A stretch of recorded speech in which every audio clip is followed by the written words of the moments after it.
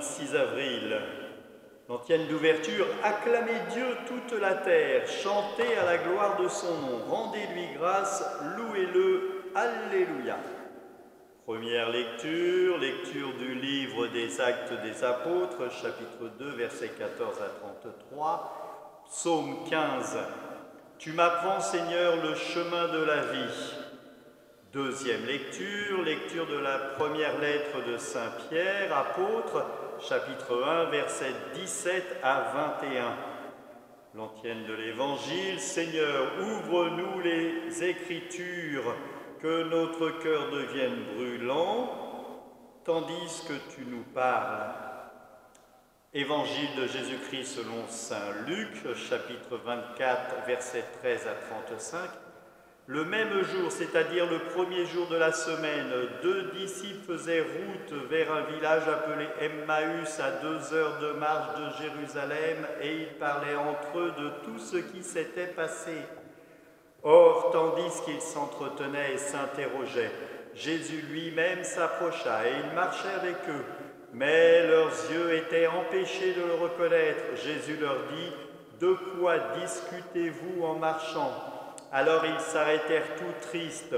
L'un des deux, nommé Cléophas, lui répondit, « Tu es bien le seul étranger résidant à Jérusalem qui ignore les événements de ces jours-ci. » Il leur dit, « Quel événement ?» Ils lui répondirent, « Ce qui est arrivé à Jésus de Nazareth, cet homme qui était un prophète, puissant par ses actes et ses paroles, devant Dieu et devant tout le peuple.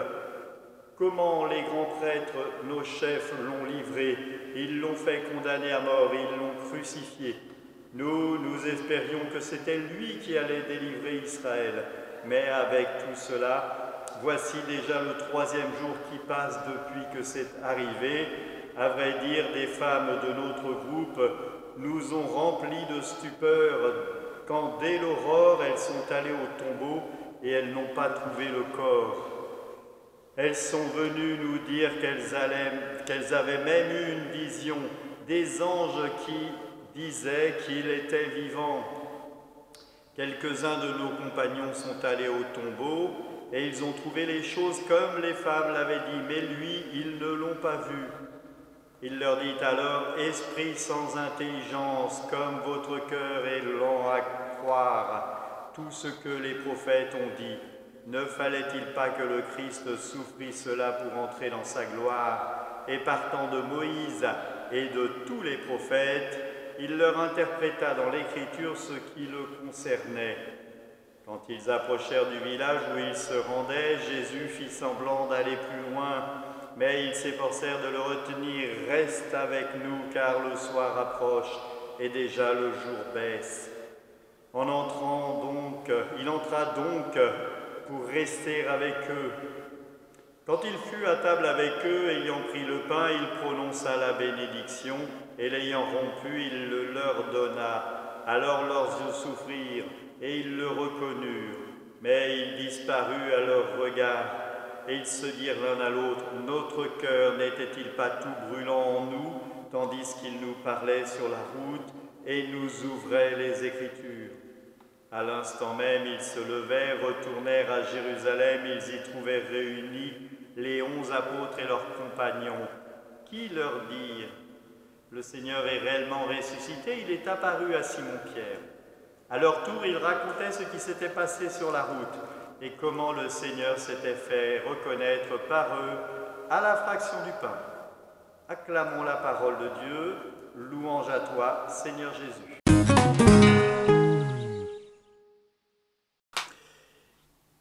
Aujourd'hui, nous sommes le 3e dimanche du temps de Pâques.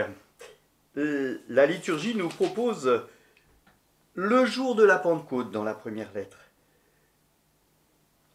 Cela veut dire qu'entre Pâques et Pentecôte, c'est le même jour pour nous. C'est le temps pascal. Nous sommes dans ce temps qui avance. Alors, ça tombe bien, on a eu dans le temps de Carême, on était dans le même jour, en confinement. Maintenant, on est dans le temps pascal, on est en confinement. Néanmoins, il faut voir ce que cela nous apprend. Cela nous apprend que le Christ entre dans sa gloire Et sa gloire, elle entre par sa passion, par sa mort, par sa résurrection, par sa venue dans le monde terrestre, une fois ressuscité, et par son ascension, et jusqu'au point final du don de l'Esprit. Dimanche dernier, nous avions le Christ qui disait « La paix soit avec vous » et il souffla pour leur remettre l'Esprit. Le jour de la Pentecôte, l'Esprit va être donné aux apôtres, au Cénacle, ils seront encore enfermés, eux aussi, et une fois qu'ils auront reçu l'Esprit, ils seront déconfinés. Alors là, pas progressivement, eux, ils ont tapé fort, ils ont fait jusqu'à 5000 disciples par jour. Nous, il nous faut déjà cheminer, comme ces pèlerins. Nous sommes des pèlerins, sauf que nous ne pouvons pas cheminer tel que nous voudrions. Alors, il nous faut inventer et inventer encore. Il nous faut regarder le Christ en prenant la Bible, en écoutant telle ou telle vidéo, Radio Notre-Dame, KTO, ce que vous voulez, en prenant le temps de se dire « Qui est le Christ pour moi ?» C'est souvent mon leitmotiv, je dis souvent ça. « Qui est le Christ pour moi ?»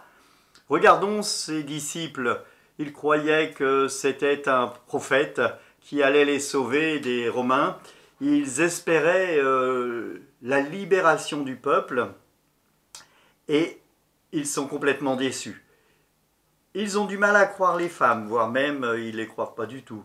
Ils ont du mal à comprendre ce qu'ils ont vu ou ce qu'on leur a dit, le tombeau vide. Et donc ils s'en vont, tout défaits. Et c'est sur ce chemin que le Christ les rejoint. Parfois nous sommes dans la défection, nous sommes les bras ballants, nous n'en pouvons plus. Nous avons l'impression d'avoir ramé pendant plusieurs temps à essayer d'expliquer à quelqu'un qui était le Christ. Et puis là, les bras nous en tombent, on dit tant pis, hop, on passe à autre chose. Et c'est là que le Seigneur vient nous rejoindre et qu'il nous explique comment faire. Il nous explique surtout quoi montrer. Vous voyez bien que le Christ a accompagné ses disciples, il leur a expliqué l'Écriture, et c'est au moment de la multiplication des pains que leurs yeux se sont ouverts, et lui a disparu. Il y a un lien entre notre foi et l'acte. Nous sommes invités à être des acteurs. La messe, un prêtre, ami, théologien, Louis-Marie Chauvet, disait « Tous célèbrent et un seul préside ». Mais tous célèbrent. Alors là, effectivement, je me sens un peu seul pour présider, mais je sais que je peux compter sur vos prières. Tous célèbrent, un seul préside. Cela veut dire que nous sommes tous partie prenante de cette célébration eucharistique. Et lorsque, dans la lettre de Saint Pierre, on nous parle du sang de l'agneau, eh bien, c'est un sang libérateur et c'est pour nous, chrétiens, le sang du Christ. Soyons dans la joie. Regardons le Christ, faisons-lui confiance. Il est celui qui nous guide. Il est celui sur qui nous pouvons poser notre espérance. Parce qu'il est le roc. Il est cette pierre angulaire qui nous aide. Alors aujourd'hui, on est sûrement un peu perdu. Aujourd'hui, on ne comprend peut-être pas tout ce qui se passe. On est en manque de communion. On est je ne sais quelle autre chose. On est en manque de sortie pour certains. Faisons confiance au Seigneur. Soyons comme ces disciples d'Emmaüs. Essayons d'entendre, de regarder, de voir le Christ à l'œuvre dans nos vies. Il y a sûrement ce qu'on appelle des pépites à regarder, des belles choses à regarder. Regardons le Christ, regardons-le à l'œuvre dans nos vies, afin que nous puissions ensemble ouvrir notre cœur à l'amour du Seigneur et nous aussi être des témoins de l'amour pour nos frères. Que Dieu Tout-Puissant vous bénisse. Bon dimanche, au nom du Père et du Fils et du Saint-Esprit. Amen. Allez, dans la paix du Christ, nous rendons grâce à Dieu.